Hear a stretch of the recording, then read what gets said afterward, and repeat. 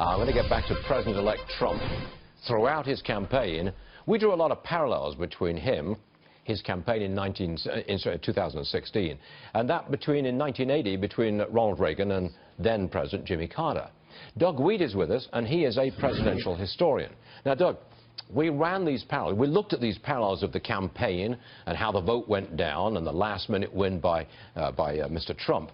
I want you, please, to look forward a little. Is there a parallel between the way Donald Trump will be president, not necessarily his policies, but his style, and that of Ronald Reagan? Is there a parallel? I think there is. I mean, both of these men have been in show business. And Donald Trump has shown that he knows how to create the narrative, to use James Woolsey's word. They've both been divorced. They both lead political movements.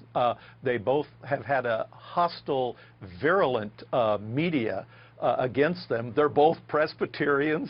Okay. We could go on and on. But I always got the impression that Ronald Reagan sat back, appointed good people, and made the really big picture decisions.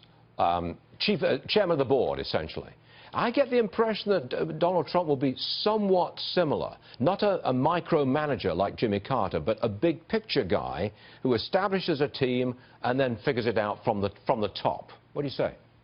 Well, I think that we're going to get a little bit of both. You're right. He has a reputation in some of the projects, business projects he's been involved in getting the thing started and then leaving it alone, stepping out, let other people. He's got a reputation for that. But he also can get involved in the details, as you've seen in this presidential campaign, and that can sometimes drive people nuts, especially when it turns out to have worked, which it has for him. That's very true. Now, I think it seems like the press is giving Donald Trump a very hard time, saying that his transition team is in chaos and he's rushing, etc., etc. It seems to me that Donald Trump has accomplished quite a lot in a very short period of time. He's accomplished more than Ronald Reagan did with his transition team back in 1980. Am I right? Absolutely. Reagan, it was 6 weeks before we heard an announcement. It was 5 weeks before we heard one from Carter, 6 weeks again before we heard one from Ronald Reagan. My boss, George Herbert Walker Bush, he made an announcement after a week, but he had been vice president for 8 years, so he knew who he was going to pick. So it's a bum story.